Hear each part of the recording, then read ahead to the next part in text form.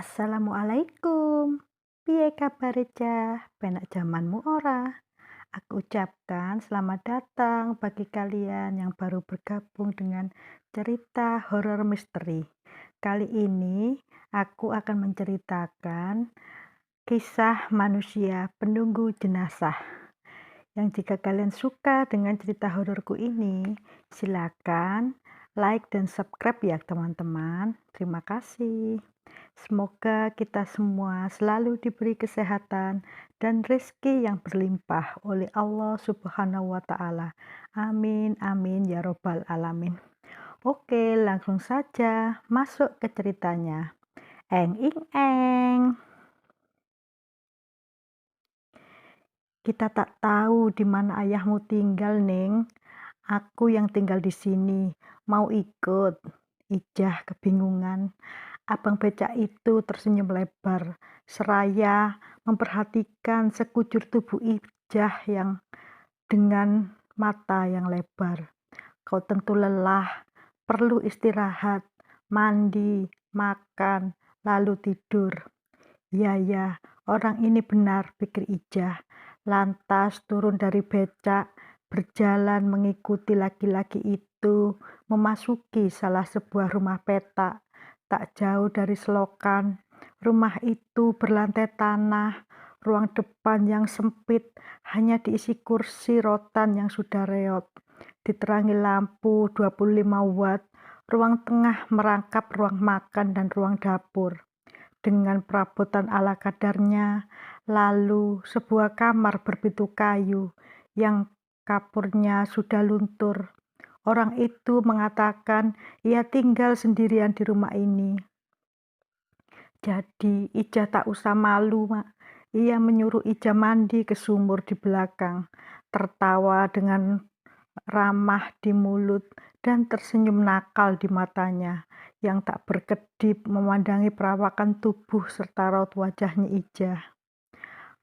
Kau bertele-tele, rungut Kurdi memotong ceritanya Ijah yang terbujur diam di hadapannya. Mulut si mayat komat kamit melontarkan sumpah serapa yang samar-samar kedengaran. Kemudian, aku menceritakan.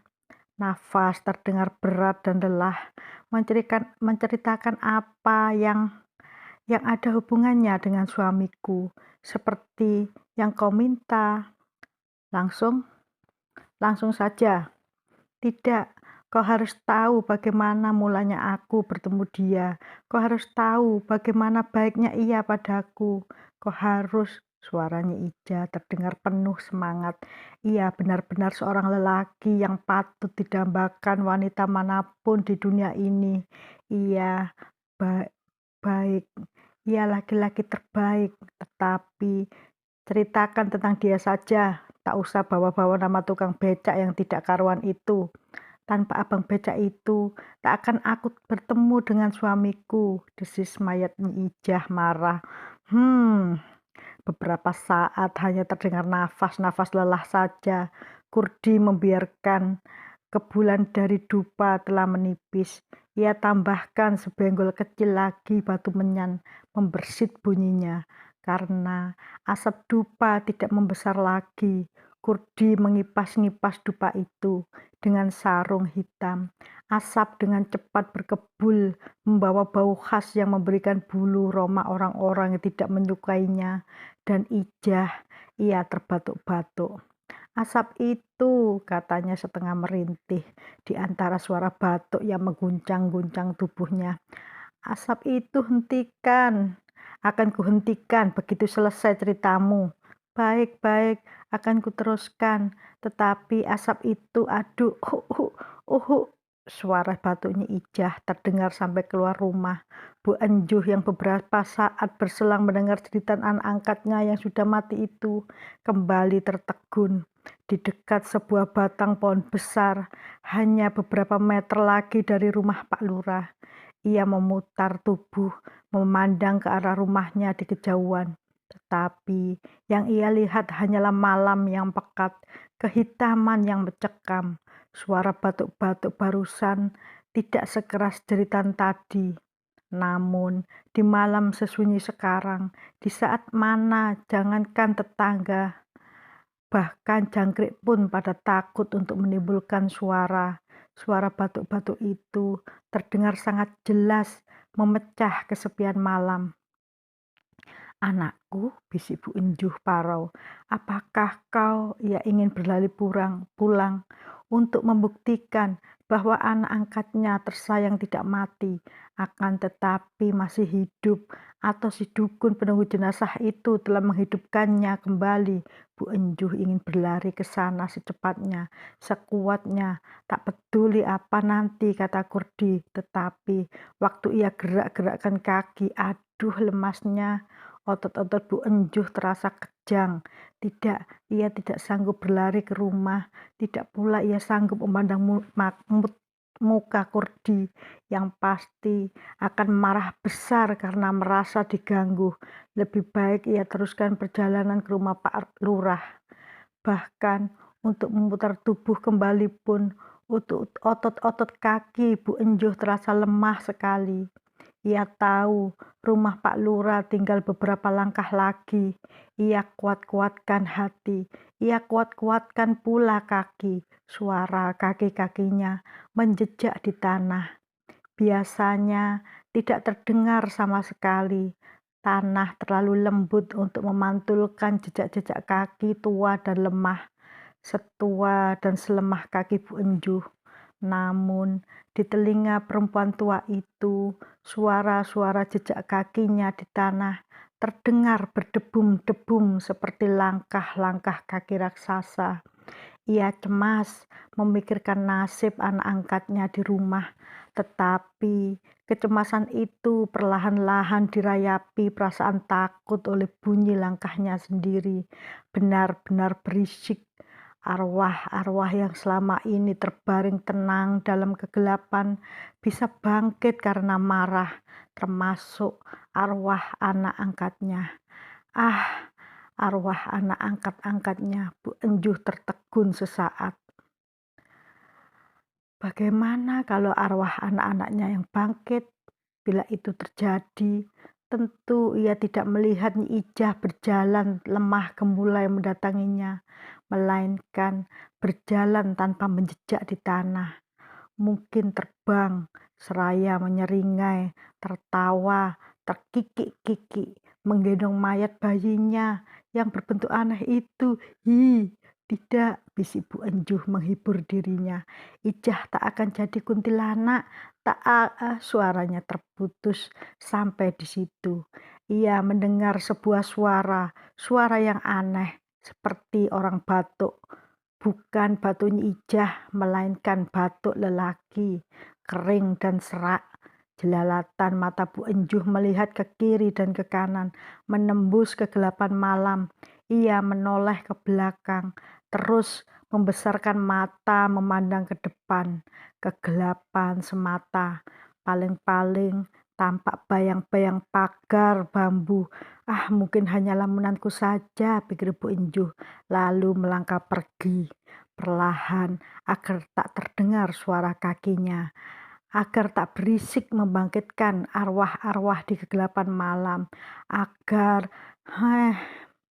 suara berat itu jelas sekali terdengar dekat di telinganya sebelah kiri. Bu Enjuh menggigil, lihat kemari. Apa?" sentak Bu Enjuh, sengau, lalu menoleh ke kiri. "Mendekatlah." Bu Enjuh mendekat.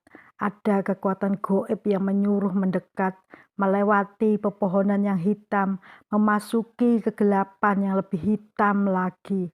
Semakin dekat, semakin ia dengar suara ganjil itu, suara yang berat, letih, serak, desah-desah nafas yang tersentak-sentak, mirip desah nafas kerbau yang sekarat dengan leher yang putus disembelih.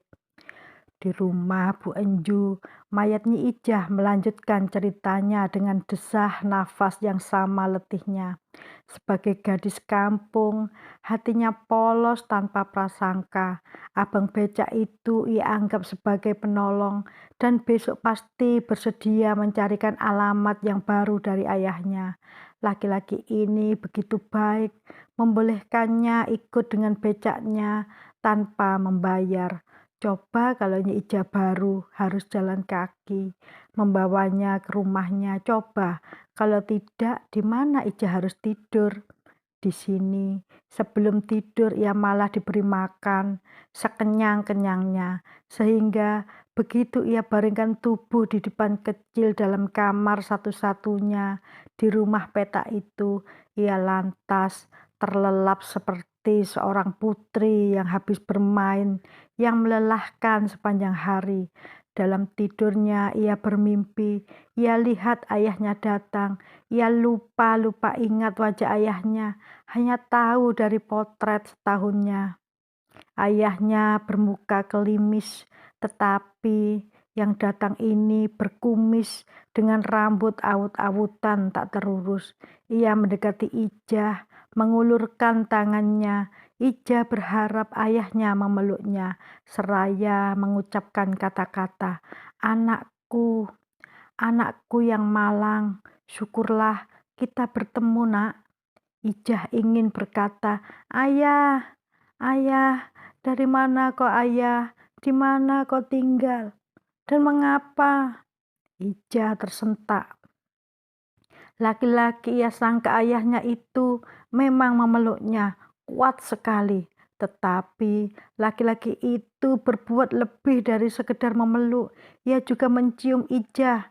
Bukan saja di pipi, tetapi juga di leher, di bibir, bahkan jari jemarinya yang besar meremas-remas dada Ija yang baru tumbuh. Ija terlonjak, bangun dengan kaget. Ternyata abang becak yang mengajaknya tidur di rumah petak itu yang tengah menggeluti tubuhnya. "Kang," katanya, "mau apa kau, Kang?" Diamlah anak manis, kau akan senang." "Kang, aduh," abang becak itu merenggut pakaian yang melekat di tubuhnya Ijah. Gadis itu mau menjerit, tetapi mulutnya keburu dibungkam oleh si laki-laki.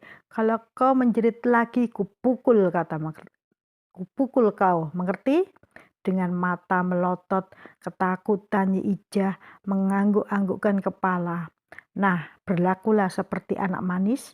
Kau telah kutolong dan aku akan terus menolongmu." Tetapi Ijah sempat juga memekik tertahan, manakala laki-laki durjana itu berhasil merenggut keperawanannya. Gadis itu menangis tidak saja oleh rasa kesakitan, akan tetapi juga rasa sedih dan takut. Laki-laki itu berulang kali melakukannya hal yang sama atas tubuhnya Ija, sehingga gadis itu hampir jatuh pingsan. Ia tak bisa bangkit dari tempat tidur. Sewaktu pagi harinya, abang becak itu keluar setelah lebih dulu meninggalkan ancaman. "Jangan coba-coba lari, kau akan kubunuh bila kutemukan." Jangankan lari, turun saja dari tempat tidur Ijah tak sanggup. Mana pintu dikunci pula dari luar. Ia hanya menangis sampai matanya bengkak terus-menerus. Akhirnya laki-laki itu datang, menyuruhnya mandi dan berganti pakaian, memberinya makan nasi sebungkus. Tetapi Ijah tidak bisa menikmati makanannya yang dalam keadaan lain pasti sangat enak itu. Ada goreng ayam, ada gulai hati, dan pete rebus. "Bawa aku pergi dari sini, bawa aku ke ayahku," tangisnya. Laki-laki itu tertawa. "Kau memang akan kubawa pergi, tetapi mana tahu aku di mana ayahmu tinggal. Tetapi senangkanlah hatimu, kau akan kubawa ke sebuah rumah di mana kau bisa hidup senang." Dan laki-laki itu membawanya ke sebuah rumah yang lumayan megah. Perempuan setengah baya pemilik rumah itu berwajah manis, tersenyum manis. Leher, pergelangan tangan, jari jemari, telinga, bahkan pergelangan kaki penuh dengan perhiasan emas yang bagus-bagus. Rumahnya mempunyai banyak kamar dengan perabotan yang bagus-bagus. "Anak-anak, Semua anak gadis berperawakan, berwajah dan berpakaian bagus-bagus. Ijah pun kemudian diberi pakaian dan kamar yang bagus. Perasaan sedih dan sakit hatinya akan perbuatan sing abang becak perlahan-lahan lenyap sampai suatu malam seorang laki-laki datang ke kamarnya, menutup pintu, bahkan menguncinya sekalian. Dan laki-laki itu berbuatlah hal yang sama terhadap Ija, memperkosanya. Telah kubeli kau dengan harga mahal dari penarik becak itu, rungut induk semangnya. Ketika Ija mengeluh keesokan harinya, karena itu kau harus menurut dengan penuh patuh. Apa saja pun yang diperbuat laki-laki yang datang ke rumah ini pada dirimu, mengerti? Dan laki-laki demi laki-laki silih berganti menikmati tubuhnya Ijah di kamarnya atau keluar dari rumah, naik mobil, ke hotel, atau keluar kota. Begitu terus dari hari ke hari, minggu ke minggu, sampai berbilang tahun ia sudah melupakan ayahnya. Tetapi ia tidak bisa melupakan sakit hatinya. Abang becak itu telah menjual tubuhnya dan hanya memberi sedikit bagian saja, sekedar makan enak dan bisa membeli pakaian bagus serta sedikit perhiasan. Ijah tak boleh memiliki banyak uang dan tiap kali menerima pembayaran dari laki-laki yang mencarternya harus menyetorkan uangnya pada perempuan bermuka manis namun berhati busuk itu. Aku ingin keluar, pernah ia berkata dengan marah.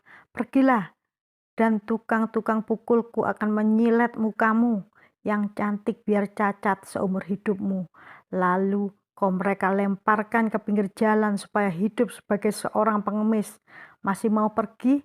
Oh, tidak, Ijah tak mau mukanya disilet. Ia tak sudi dilempar ke pinggir jalan. Kau harus pindah, perempuan itu memerasmu. Kau pantas untuk hidup senang dan diperlakukan sebagai perempuan terhormat. Seseorang tiba-tiba berkata begitu padanya, dan orang itu terus-menerus menekankan hal demikian, dan ia memang memperlakukan Ija sebagai perempuan terhormat. Diajak keluar rumah, makan, minum di restoran, masuk nightclub, nonton, piknik, semua tanpa memperlakukan tubuhnya sebagaimana diperlakukan oleh laki-laki lain. Paling-paling laki-laki itu yang juga membayar sebagaimana laki-laki lain membayar Ijah.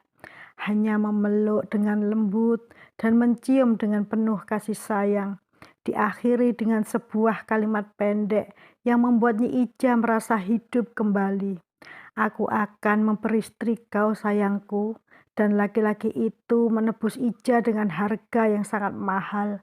Tetapi ia juga kemudian hari terpaksa harus menebus tekadnya untuk memperistri Ija dengan harga yang jauh lebih mahal. Dia kan laki-laki yang kau maksud, makamnya harus kita cari. Laki-laki Kurdi menukas ceritanya Ija dengan tidak sabar. "Haa, ceritakan kenapa ia mati. Ceritakan mengapa kau tidak tahu di mana jenazahnya dimakamkan. Kau menghabis-habiskan waktuku dengan kisahmu yang berlarut-larut itu." Kembali mulut mayat yang terbujur di lantai bergerak-gerak melontarkan sumpah serapah, pertanda ia sangat marah. Ia laki-laki yang baik, ia laki-laki yang harus dihormati. Iya, ya, aku tahu, rungut Kurdi. Bagaimana kematiannya terjadi? Mana aku tahu, suara mayat itu letih dan marah. Sebabnya, kalau saja jasad itu hidup, tentulah sudah tergoncang-goncang menahan amarah. Tetapi karena jasad itu jasad mati, hanya mulut kemak-kemiknya saja yang sanggup melontarkan sumpah serapah, tidak berkeputusan, sampai Kurdi ikut marah. Hentikan menghinaku, atau kau kubiarkan gentayangan jadi kuntilanak, menggendong mayat bayimu kemana-mana, bentaknya. Mayat itu terbatuk. Baiklah, baiklah, Kaulah yang harus bersabar sedikit, mayat terkutuk. Mau tawar-menawar pula lagi. Kumohon, jangan. Lanjutkan. Jauh di luar rumah, Bi Enjuh mendengar lanjutan dari ucapan-ucapan aneh dari dalam kegelapan di depannya. Kau kembalilah ke rumah itu, Bu Enjuh membesarkan mata. Tetapi ia tidak melihat apa-apa. Kau siapa? Tanyanya takut. Tak perlu tahu, kembalilah ke sana dan lihat apa yang dilakukan oleh kurdi laknat itu pada mayat anak angkatmu. Mengapa kau tidak pergi sendiri melihatnya? Terdengar suara orang meludah, lalu gerutuan marah. Jadah, beras putih yang ia tebarkan mengelilingi rumah itu. Aku tidak bisa mencarinya malam-malam begini dan memungutinya satu persatu. Aku tidak bisa menerobos ilmu sihir yang sihir. Bu Enjuh menggigil. Jadah, makian lagi.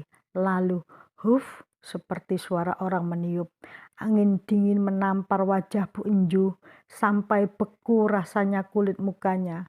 Begitu angin dingin itu lenyap, Bu Enjuh tidak ingin berkata apa-apa lagi, malah tidak ingat apa-apa lagi. Siapa dirinya, di mana ia berada, siapa orang itu, apa namanya. Ia berlari kaku, wajah kaku, pandangan mata kaku. Salahmu, terdengar lagi suara dari kegelapan. Terlalu ceriwis, dasar Nini, pergi sana dan lakukan apa yang kuperintahkan. Angin bertiup lagi, Bu Enjuh memutar tubuh kaku dan perlahan sekali ia melangkah kaku, juga perlahan sekali. Ia telah dijadikan robot hidup oleh makhluk asing yang mempengaruhinya, jalan darah dan pikirannya. Dalam keadaan biasa, dalam beberapa menit ia akan bisa sampai di rumah. Tetapi dalam keadaan serupa itu, mungkin banyak waktu yang ia perlukan. Nenek sialan, maki suara dari dalam kegelapan. Tulang-tulangnya bisa bercopotan dipengaruhi ilmuku. Apa boleh buat, aku harus tahu apa yang dikerjakan musuhku itu. Mudah-mudahan saja si nenek ini tidak mundur dan berlari menjauh dari rumahnya.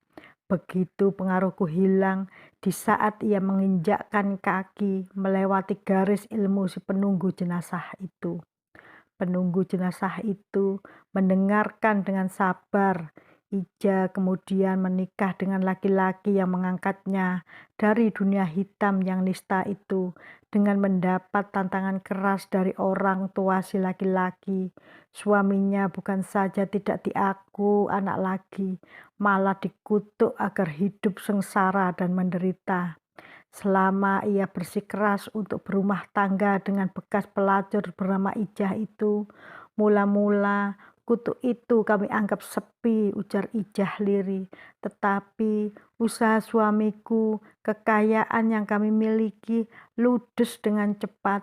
Kami berusaha menghemat, tetapi ada saja pengeluaran yang tidak terduga. Suamiku seringkali jatuh sakit, dan aku semakin disingkirkan tiap kali ia mulai sehat kembali. Karena penasaran, Nyi Ijah mendatangi seorang dukun. Suamimu diguna-gunai keluarganya, ujar dukun itu. Tolonglah, aku melawan guna-guna itu, mohon Ijah. Wah, berat. Orang yang dipakai keluarga suamimu, bukan kaliberku. Ilmunya tinggi, kau harus mencari guru yang lebih tinggi dari dia. Siapa? Di mana tempatnya? Berapa biayanya? Desaknya Ija tidak sabar. Hampir-hampir tanpa biaya. Ia hanya memberikan syarat-syarat tertentu. Akan kuberitahukan tempatnya padamu. Tempatnya jauh di lereng sebuah gunung yang jarang dijamah manusia. Gurunya bukan sembarang guru. Ija harus menyerahkan tubuhnya untuk ditiduri sebagai syarat utama. Meskipun, wah, telah larut malam, protes Kurdi tiba-tiba. Sewaktu ia dengar lolongan anjing yang lirih menyayat tulang di luar rumah. Lolongan itu disertai dengan dengus kuda yang keras. "Persingkat ceritamu, hanya tentang suamimu. Sudah kubilang berkali-kali padamu." Mayat Nyi Ijah terdiam sebentar.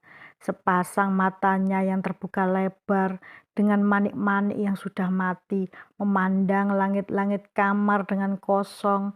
Lalu, "Aku pulang ke rumah setelah apa yang kuhendaki kuperoleh, tetapi di sana telah ada mertuaku dan banyak sekali orang. Ternyata suamiku telah mati.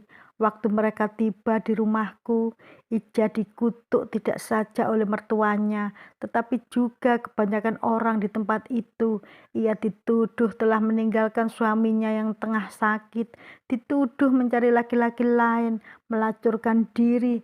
Ia kemudian diusir dan mayat suaminya dibawa pergi oleh mertuanya. Betapapun Ija bersikeras untuk memakamkan sendiri suaminya, dalam keputusasaan, Ijah lari pada gurunya di tengah hutan dan memperoleh jawabannya. "Lawanku kalah." Ia marah dan lupa diri. Guna-guna ia rubah jadi sumpah kematian. "Itulah sebabnya begitu kau pulang, suamimu telah tiada." Ija jadi putus asa. Ia ingin bunuh diri, tetapi gurunya berkata dengan tegas, "Kematian itu akan datang sendiri, tetapi bukan sekarang waktunya." Dan kandungan di perut Nyi Ijah memberi dorongan untuk menunda datangnya kematian itu. "Anakku, anakku harus hidup," desis mayat Nyi Ijah. "Ia satu-satunya peninggalan suamiku, satu-satunya yang paling berharga di dunia ini. Karena itu, aku pun harus hidup demi anakku." Aku lalu meninggalkan hutan dan terdampar di kampung ini. Mayat itu menghentikan ceritanya dengan nafas lirih dan teramat letih. "Tetapi ketika anakku lahir, ternyata anakku, anakku." Suara tangis menyayat hati menggaung di dalam rumah. Berengut Kurdi. Ia mengembangkan kedua tangannya. Ia putarkan secara bersilang di atas wajah mayat Nyi Ijah. Suara tangis itu perlahan-lahan hilang. Mulut yang komat-kamit itu kemudian berhenti. Yang terdengar adalah suara Kurdi membaca mantra. Gerakan tangannya yang semakin liar, kemudian bentaknya yang halus. "Sekarang, sebagai imbalan bantuanku, kau harus memenuhi syarat yang ku kehendaki." Mulut mayat itu bergerak-gerak. Apa? Kau harus bersedia kusenggamai." Terdengar pekik halus. Lalu, "Tidak, aku tak sudi." "Harus," Kurdi terkekeh. "Bukankah kau sudah biasa begitu dengan banyak lelaki lain?" Aku tak keberatan, tetapi kau harus tahu, aku sedang kotor, darahku kotor.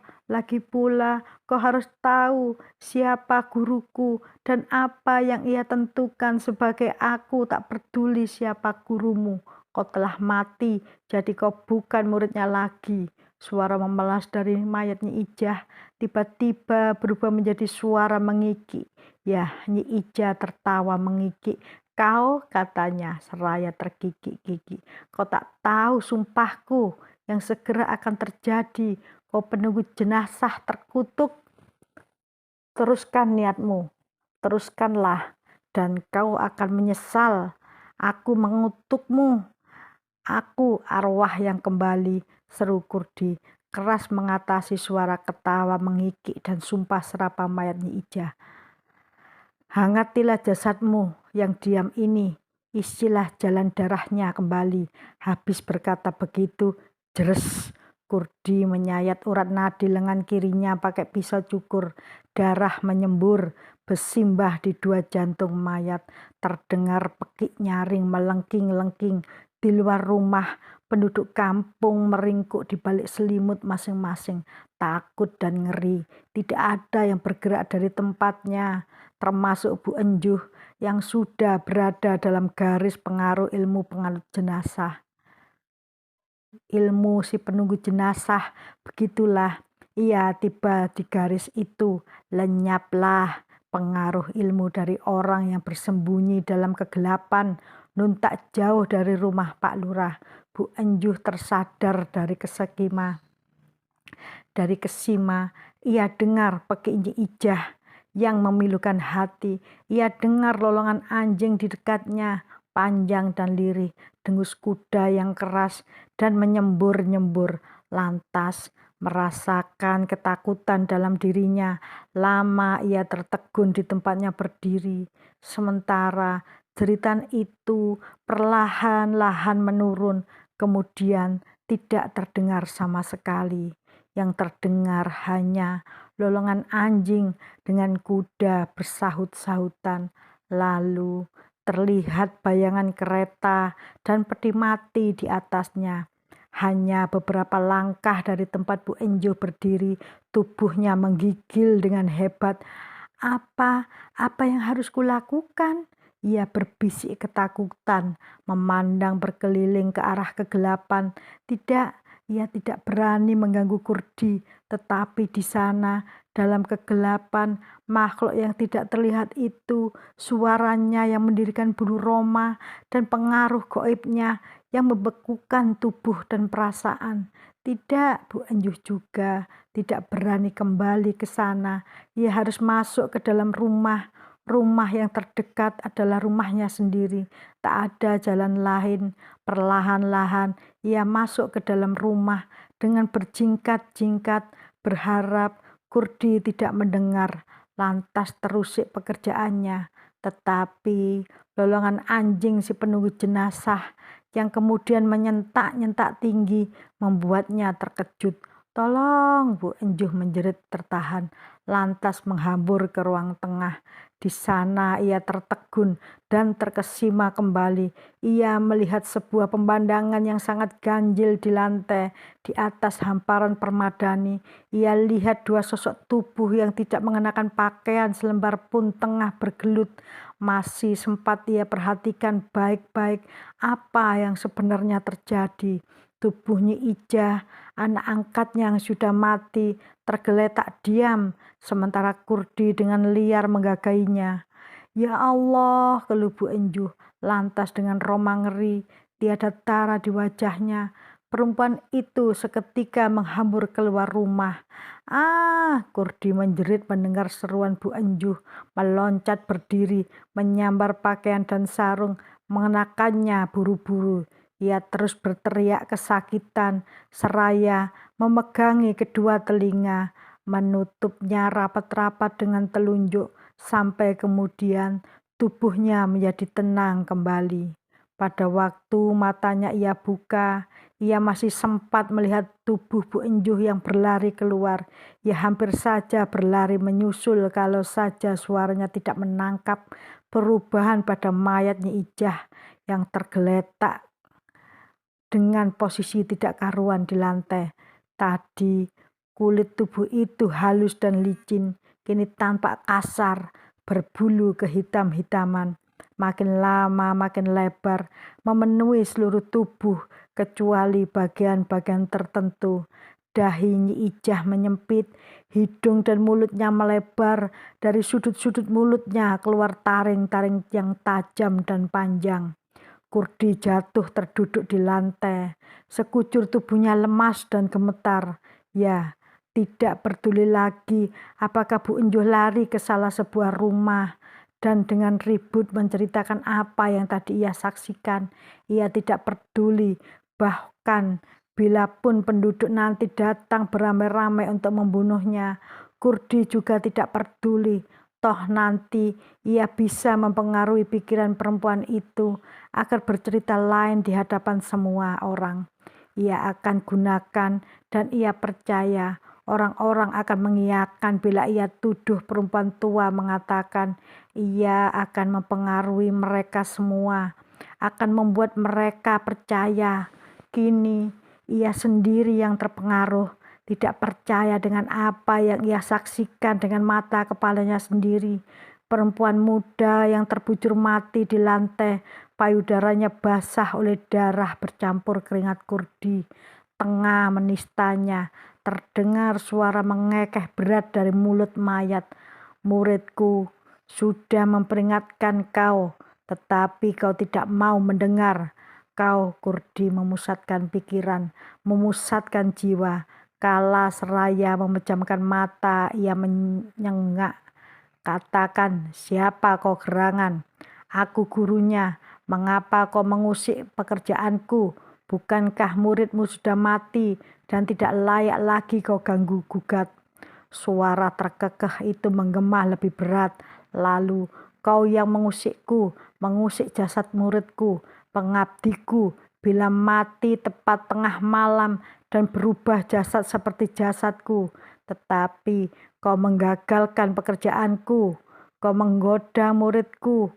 Aku terpaksa memunculkan wujudku pada jasadnya, supaya kau tahu kau tidak patut menjamah tubuhnya. Hanya aku yang berhak menjamahnya. Pantas bayi Nyi Ija yang sudah mati berwujud sebagai manusia, sebagian kera. Demikian menurut yang terkudengar. Terkutuk, bayi itu percampuran kasihku dengan benih suami perempuan ini. Ia lahir membawa jiwa ayahnya, tetapi membawa perwujudanku sekaligus. Untunglah ia mati. Orang akan membencinya bila ia hidup, dan aku tidak bersedia didekatinya sebagai ayah. Kedua itu akan membuatku celaka. Biarlah ia mati serupa itu, mati tanpa terusik oleh kekuatan apapun, kecuali penciptanya. Hanya yang ini pengabdiku yang muda, cantik dan patuh, harus kubawa sekarang. Tidak, itu tidak boleh kau lakukan, dengus Kurdi. Aku berhak, tetapi kita harus saling menghormati pekerjaan kita satu sama lain. Aku melaksanakan amanat orang yang mau meninggal, amanat Nyi Ijah. Aku harus memenuhinya karena aku telah berjanji. Apa amanatnya itu? Ia ingin dimakamkan di samping makam suaminya. Pergilah, kumohon pergilah. Waktuku tinggal sedikit, tetapi kumohon padamu, siapapun jua kau adanya, manusia biasa seperti aku, atau setan seperti yang kuabdi, aku tidak tahu muridmu masih menjadi hakmu setelah ia mati. Sungguh aku tidak tahu. Kini pergilah, jangan mengusik pekerjaanku, dan aku pun tidak akan mengusik keinginanmu.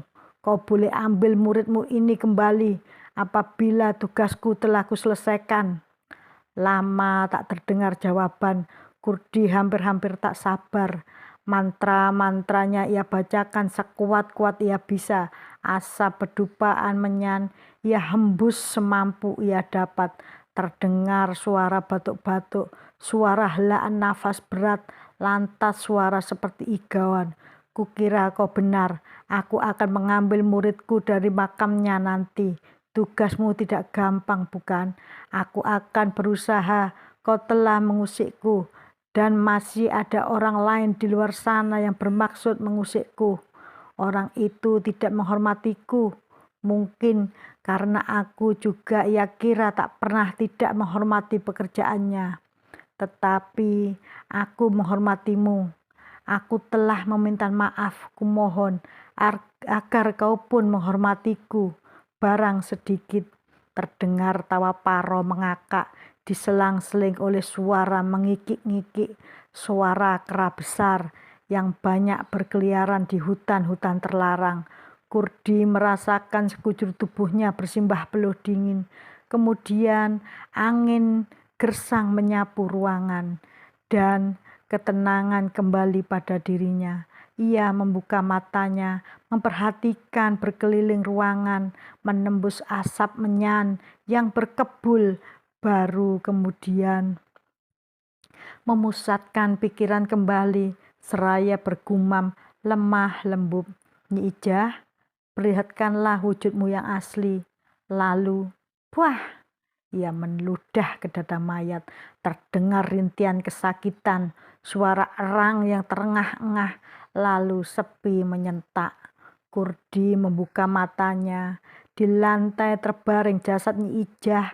Tiada bulu-bulu hitam yang lebat, tiada kening yang sempit, hidung dan mulut yang lebar, ataupun taring tajam mengerikan. Yang ada hanyalah sesosok tubuh lemah, berkulit halus dan licin, berbibir bagus, berdahi manis, berhidung indah, dengan sepasang mata yang masih tetap terpentang lebar persis seperti mata yang dilihat Kurdi atau dilihat orang-orang dikala perempuan muda yang malang itu menghembuskan nafas yang terakhir. Kurdi terperangah, lelah. Sekarang bisiknya lemah, ditunjukkan ke arah jantung Nyi Ijah. Hai kau roh yang telah sempat gentayangan, pergilah. Tunjukkanlah di mana letak mayat suami perempuan ini. Tunjukkanlah ke dalam pikiranku. Tunjukkanlah, hai kau yang roh yang penasaran. Ia bersimpuh, membaca mantra perlahan-lahan sambil memusatkan jalan pikirannya. Ada hentakan-hentakan halus di belakang kepala, pada otak Kurdi. Kemudian lecutan-lecutan keras sehingga tubuh Kurdi terombang-ambing ke kiri dan ke kanan. Angin keras bertiup dalam ruangan, membuyarkan asap menyan yang berkepul-kepul, berputar seperti angin puyuh di atas ubun-ubun Kurdi. Ketika desau angin itu berhenti dengan sendirinya, Kurdi menganggukkan kepala. Aku tahu sudah, desahnya lirih dan letih. Kemudian ia membaca mantra lagi, lalu diam. Tiada suara apa-apa lagi yang terdengar dalam ruangan, apalagi di luar rumah. Anjing Kurdi merintih perlahan. Kuda di dekatnya menghentak-hentakkan kaki dengan enggan. Lolongan anjing dan hentakan kaki kuda itu demikian halusnya, sampai-sampai tidak terdengar oleh telinga biasa, apalagi telinga penduduk desa itu yang sedang menciutkan tubuh sekecil mungkin agar tidak terlihat dari terjamah oleh hantu mengerikan. Dan sewaktu-waktu bisa muncul, namun sayup-sayup telinga mereka menangkap suara asing, suara teriakan minta tolong, suara orang berlari-lari mengarah ke rumah Pak Lurah. Bu Enjuh, sudah kutemukan kuntilanak Nyi Ijah, bisik semua orang ketakutan. Memang Bu Enjuh yang berlari-lari seraya menjerit-jerit minta tolong itu. Ia menggedor pintu rumah demi rumah yang tidak satupun penghuninya bersedia membuka. Akhirnya, dalam keputusasaan, Bu Enjuh berlari dalam kegelapan ke arah rumah Pak Lurah. Beberapa kali kakinya terantuk pagar, terantuk batu, terantuk akar-akar pohon yang melintang di jalan. Tetapi ia terus berlari, jatuh bangun, sampai suatu saat tepat di tempat di mana ia tadi mendengar suara ganjil. Tubuhnya terpaku, diam, dan suara itu kembali terdengar. Hei, kemarilah. Tiupan angin dingin itu menyapu wajah Bu Enjuh. Ia mendekat, digerakkan oleh kekuatan goib. Apa yang kau lihat di rumahmu? Perempuan tua yang malang itu menceritakannya. Lebih tepat dikatakan mengejak kata demi kata tentang apa yang disaksikannya. Puih, suara meludah. Aku tahu sudah. Pergi kau sana. Perempuan tua rentah. Tiupan angin dingin kembali dan Bu Enjuh sadar dari kesima. Begitu sadar, ia menjerit lagi dan berusaha lari, tetapi jeritan itu tertahan di kerongkongan. Lututnya goyah tak mau digerakkan. Dalam sekejap, tubuh perempuan tua yang malang itu limbung.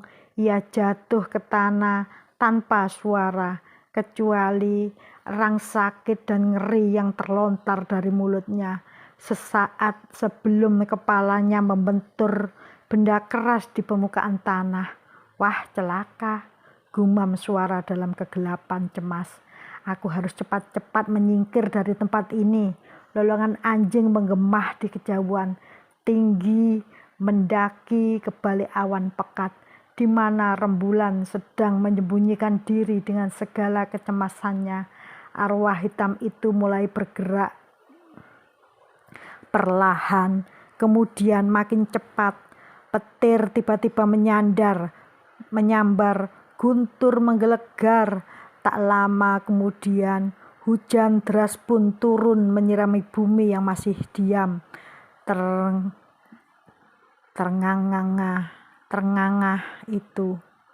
Hujan baru berhenti pada waktu pagi datang, tetapi penduduk kampung itu baru berani keluar rumah masing-masing setelah matahari terbit dan ternak-ternak ribut berkeliaran mencari makan. Orang-orang melupakan pekerjaannya dan bergerombol-gerombol menuju rumah Bu Enjuh. Mereka ingin tahu peristiwa apa saja yang terjadi sepanjang malam yang mengerikan itu, dan bagaimana halnya dengan Kurdi si penunggu jenazah. Penunggu jenazah itu sedang berdiri di luar rumah. Ketika orang-orang berdatangan, ia baru saja melepaskan pembalut dari daun kelapa muda di pergelangan tangan kiri yang ia rentangkan ke arah matahari terbit. Tiada luka sayatan, tiada bekas sama sekali. Ia menarik nafas lega, memperhatikan orang-orang yang datang dengan wajah dingin dan sukar dibaca. Sepi mencekam seketika.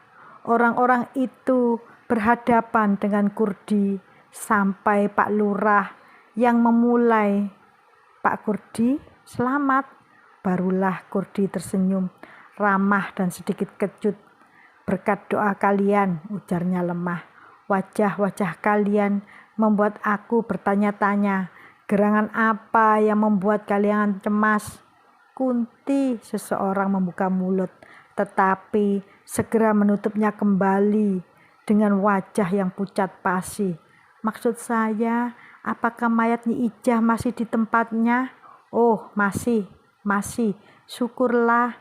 Rohnya, seseorang nyeletuk pula dan terkejut sendiri oleh pertanyaannya.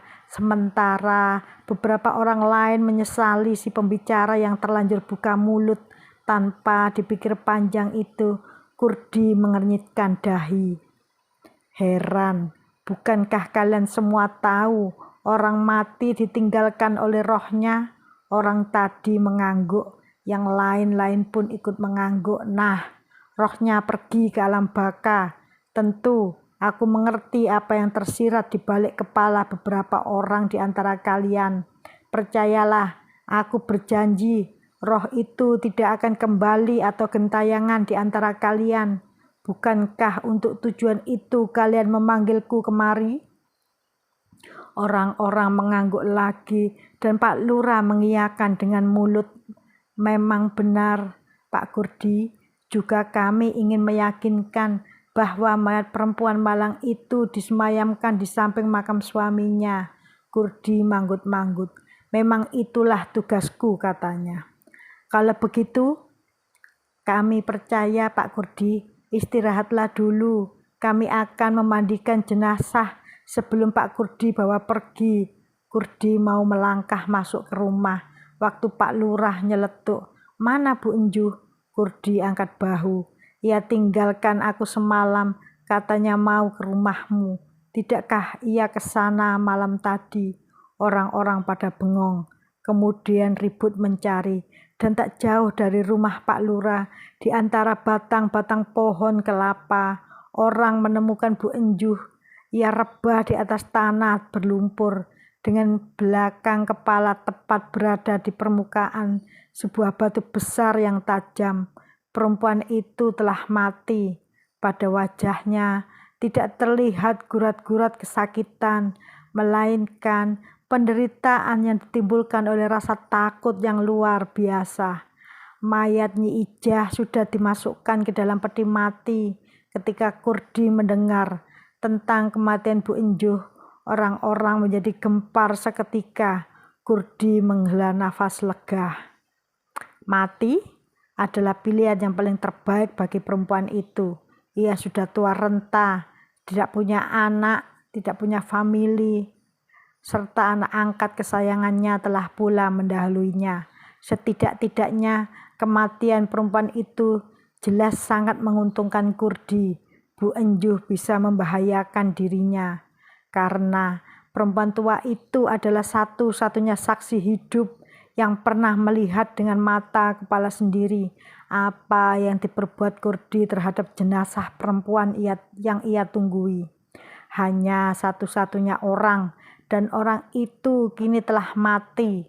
Dengan menyimpan keinginan untuk tersenyum, Kurdi kemudian bergegas mengikuti orang-orang yang berlari-larian ke arah mana mayat Bu Enjuh ditemukan.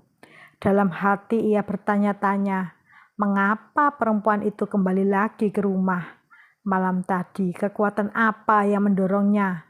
Takut keluar sendirian atau karena ingin berdekatan dengan anak angkat kesayangannya? Meski Nyi Ijah sudah tak mungkin ia ajak tertawa dan bersenda gurau. Kepenasaran Kurdi terpenuhi setelah ia menyeruak di antara orang banyak dan melihat raut wajah Bu Enjuh. Lagi-lagi Kurdi menarik nafas, gumamnya, perempuan malang. Orang-orang di dekatnya menoleh. Mata mereka memancarkan keinginan agar Kurdi mengulangi ucapannya yang samar-samar. Mereka dengar, tetapi Kurdi hanya berdiam diri. Lantas, 1-2 orang di antara mereka yang berkerumun itu ikut mengulang apa yang diucapkan Kurdi. Perempuan malang, Pak Lurah berbisik. Perempuan ini tidak mati begitu saja, tentu ada sebab-sebabnya. Seorang menyaut, benar, ia terjatuh. Kepalanya menimpa batu, pecah lalu ia mati. Ah, kau kira semudah itu? Tak kau lihat raut wajahnya yang mengerikan. Sebelum matinya, ia pasti telah melihat sesuatu yang dahsyat, sesuatu yang menteror jiwanya. Aku kira ia malah telah mati sebelum kepalanya jatuh menghantam batu. Pak Lurah menoleh pada Kurdi. Ia pandang penunggu jenazah itu dengan sorot mata tajam, lantas mendesah. Apakah dugaan saya salah, Pak Kurdi? Kurdi menggeleng-gelengkan kepala. Tidak, jawabnya. Kau benar, ia telah melihat sesuatu yang mengerikan. Dan itu adalah apa yang kulakukan atas mayat Nyi Ijah tadi malam. Pikirannya seraya melanjutkan, ada makhluk asing berkeliaran di sekitar tempat ini tadi malam. Sepi menyentak seketika. Lalu, kuntil, ucap seseorang. Seperti tidak disengaja. Bukan, potong Kurdi. Mayat Nyi Ijah tak lepas dari penjagaanku sepanjang malam. Ia tak mungkin berkeliaran di luar. Jadi, makhluk asing. Dan ia kehendaki sebenarnya bukan perempuan malang ini, tetapi aku. Lalu Kurdi bergegas meninggalkan tempat itu. Pak Lurah mengikutinya setelah memerintahkan warganya mengangkat mayat Bu Enjuh ke rumahnya. Ia tidak mengerti kenapa mayat Nyi Ijah tahu-tahu telah berada dalam peti mayat, dan ketidakmengertiannya itu ia ungkapkan terang-terangan pada Kurdi. Apa tak sebaiknya almarhumah kita sembayangkan lebih dahulu? Kurdi membalas. Pandangannya tak enak dari Pak Lurah. Tanyanya, apakah mayat Nyi Ijah kalian sembayangkan pula sebelum dikuburkan? Pak Lurah terdiam. Kemudian dengan gelisah ia menyaut, itu lain soalnya, amanat. Dan anaknya lain, ibunya pun lain, rungut Kurdi lalu. Hush, ya, tali kekang ia sentak disusul pukulan pecah sekali dua. Kuda di depan kereta meringkik. Kedua kaki depannya terangkat tinggi ke atas, kemudian menjampak dengan dahsyat di permukaan tanah yang lembab dan basah. Beberapa saat kemudian, hampir-hampir tak disadari orang-orang yang ada di tempat itu, Kurdi dengan sahabat-sahabatnya yang setia itu telah menghilang membawa mayat Nyi Ijah. dalam peti mati. Kurdi acuh tak acuh saja terhadap setiap orang yang ia lalui dan mengangguk padanya. Itu bukan anggukan hormat, melainkan anggukan takut.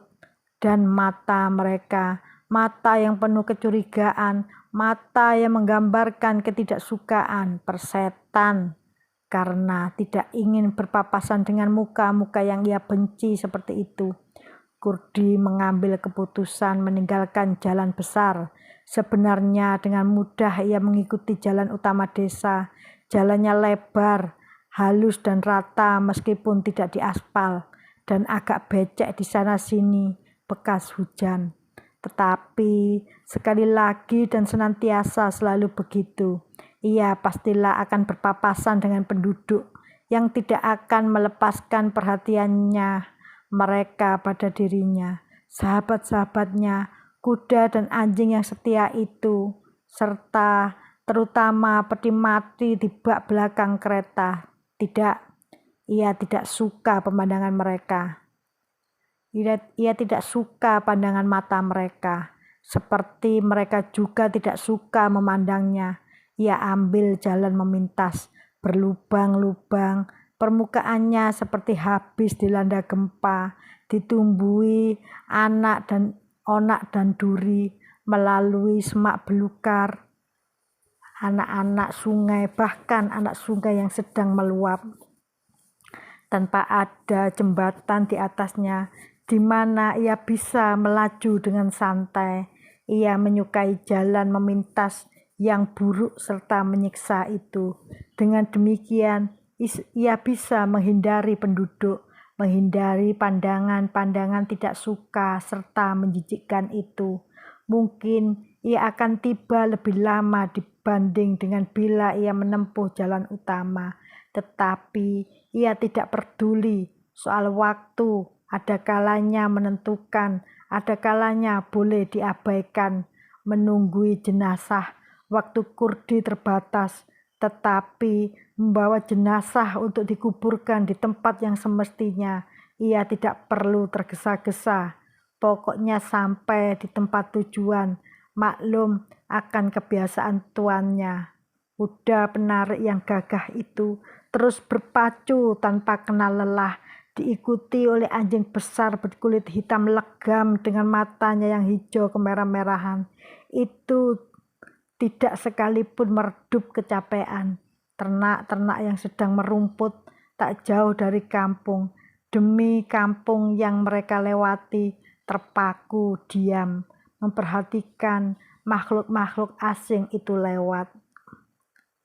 Binatang-binatang hutan menjauh diri. Ada pengaruh aneh keluar dari sorot mata sahabat-sahabat Kurdi yang menakjubkan itu terhadap binatang lain. Pengaruh yang jangankan makhluk-makhluk sejenis, bahkan manusia yang sempat melihatnya pun tidak akan pernah tahu apa. Hanya Kurdi yang tahu. Karena yang memberi makan anjing itu dengan bangkai ayam yang telah ia jampe, ia yang memberi kuda itu memamah bulu-bulu ayam yang telah diludahi, terutama karena sebelum meninggal ayahnya telah mengamanatkan makhluk-makhluk ini warisan turun-temurun. Apa yang kuberikan pada mereka adalah apa yang diberikan ayahku pada mereka, atau moyangku pada mereka. Kau pun harus memberikan itu pada mereka. Warisan turun-temurun, dan satu-satunya yang tidak diketahui Kurdi, sudah berapa puluh atau ratus tahunkah umur kedua ekor makhluk itu. Anjing dan kuda itu telah sebesar sekarang ketika Kurdi dilahirkan dan kemudian menjadi sahabat-sahabatnya. Ketika ia menangisi mayat ibunya yang meninggal waktu ia masih bocah ingusan. Anjing dan kuda itu juga yang menemaninya. Ketika ayahnya mati meninggalkan pesan, kita mewarisi kutuk yang ditimpahkan pada nenek moyang kita, anakku. Kau ditakdirkan jadi penunggu jenazah, seperti juga telah ditakdirkan padaku dan pada kakekmu, pada moyangmu. takdir kedua yang harus kau jalani, membujang seumur hidupmu, atau istrimu mati ketika kau masih sayang-sayangnya padanya. Ketika anak-anakmu masih memerlukan bimbingannya, tetapi moyangmu manusia biasa, kakekmu manusia biasa, aku pun manusia biasa. Sebagai manusia, moyangmu, kakekmu, ayahmu ini merindukan teman untuk bersenda, teman untuk bercumbu. Karena itu anakku, sebagai manusia, aku tahu suatu ketika kau akan berusaha menolak takdir. Sebelum kau melakukan itu, anakku, ingatlah suara ketika kau akan kehilangan orang yang paling kau sayangi dan cintai di dunia ini. Kau akan sendirian kembali, kesepian kembali, tak ada yang melindungimu, tak ada yang mengasihimu. Oke, sampai di sini dulu ya teman-teman. Terima kasih telah menyimak ceritaku kali ini. Ambil hikmahnya dan buang buruknya. Tidak ada yang sempurna di dunia ini, karena kesempurnaan hanyalah milik Allah Subhanahu wa Ta'ala. Supaya tidak ketinggalan kelanjutan dari kisah manusia penunggu jenazah ini, kalian bunyikan loncengnya, kalian like, subscribe, dan share ya teman-teman. Oke, terima kasih. Wassalamualaikum warahmatullahi wabarakatuh.